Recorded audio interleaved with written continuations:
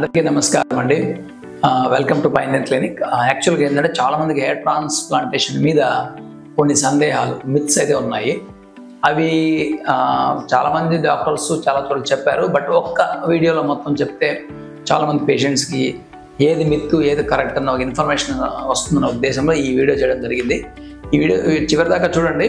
కొన్ని మిత్స్ మీకు అన్నీ తెలిసిండేటివే, దాని కరెక్ట్ సమాధానం ఏంటి అనేది నేను చెప్తాను.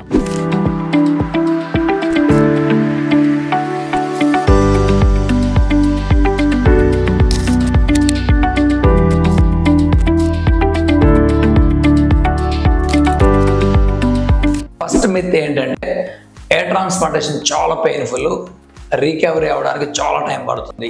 యాక్చువల్ చెప్పాలంటే హెయిర్ ట్రాన్స్ప్లాంటేషన్ ఇప్పుడు లేటెస్ట్ టెక్నిక్స్ రావడం వల్ల పెయిన్ఫుల్ అసలు కానే కాదు, చాలా సింపుల్గా అయిపోతుంది.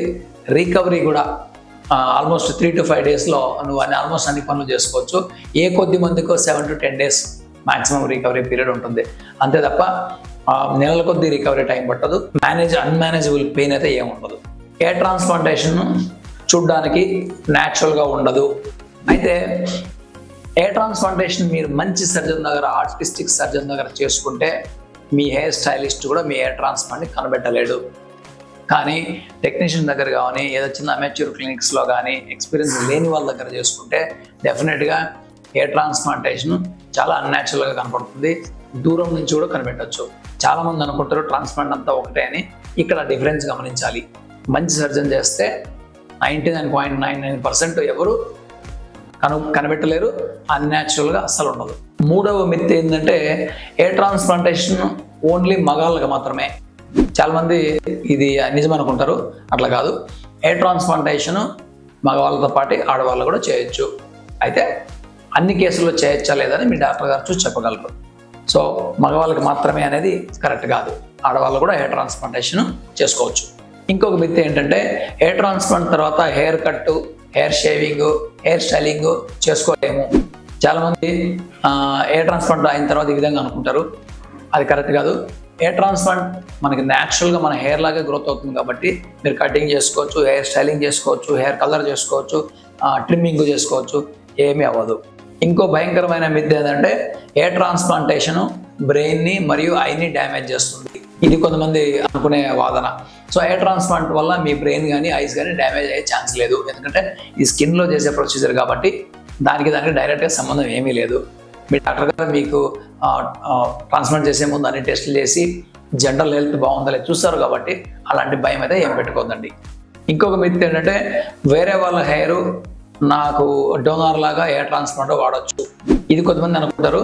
ఇక్కడ గమనించాల్సింది ఏంటంటే హెయిర్ ట్రాన్స్ప్లాంటేషన్లో కేవలము మీ హెయిర్ మాత్రమే ఉపయోగించగలము. స్కాల్ప్ కావచ్చు, బియర్డ్ కావచ్చు, చెస్ట్ మీద కావచ్చు, ఎక్కడైనా కావచ్చు. కానీ మీ బ్రదర్తో, మీ ఫ్రెండ్తో, మీ ఫాదర్తో హెయిర్ మనము ఉపయోగించి హెయిర్ ట్రాన్స్ప్లాంట్ చేయలేము. లాస్ట్ మిత్ ఏంటంటే ఎక్కువ స్వెట్టింగ్ అవ్వడం వలన హెయిర్ ఫాల్ అయిపోతుంది. అయితే ఎక్సెసివ్ స్వెట్టింగ్, ఎక్కువ స్వెట్టింగ్ అవ్వడం వలన హెయిర్ ఫాల్ అవ్వదు. ఎందుకంటే ఇప్పుడు అథ్లీట్స్ చూడండి, స్పోర్ట్స్ మెన్ చూడండి, వాళ్ళు బాగా స్వెట్ అవుతారు, హెయిర్ బాగా మెయింటైన్ చేస్తారు. హెయిర్ ఫాల్కి స్వెట్టింగ్కి సంబంధం లేదు. స్వెట్టింగ్ వల్ల మనకు మంచి ఉపయోగాలు కానీ చెడు ఉపయోగాలు ఏం లేవు. అయితే స్వెట్టింగ్ అయిన తర్వాత బిఫోర్ ఈవినింగ్ మనం ఒకసారి వాష్ చేసుకుని డ్రై చేసుకుంటే మంచిది. ఎందుకంటే స్వెట్టింగ్ అయిన తర్వాత మనకు డస్ట్ అంతా పడుతుంది కాబట్టి ఆ విధంగా మనకు ఫంగల్ ఇన్ఫెక్షన్స్ అది రావద్దు కాబట్టి వాష్ చేసుకుంటే సరిపోతుంది. కానీ స్వెట్టింగ్ వల్ల డైరెక్ట్గా మీకు హెయిర్ ఫాల్ అవ్వదు. అది మామూలుగా కావచ్చు, హెయిర్ ట్రాన్స్ప్లాంట్లో కావచ్చు. ఇటువంటి మిత్స్, డౌట్స్ చాలా ఉండొచ్చు.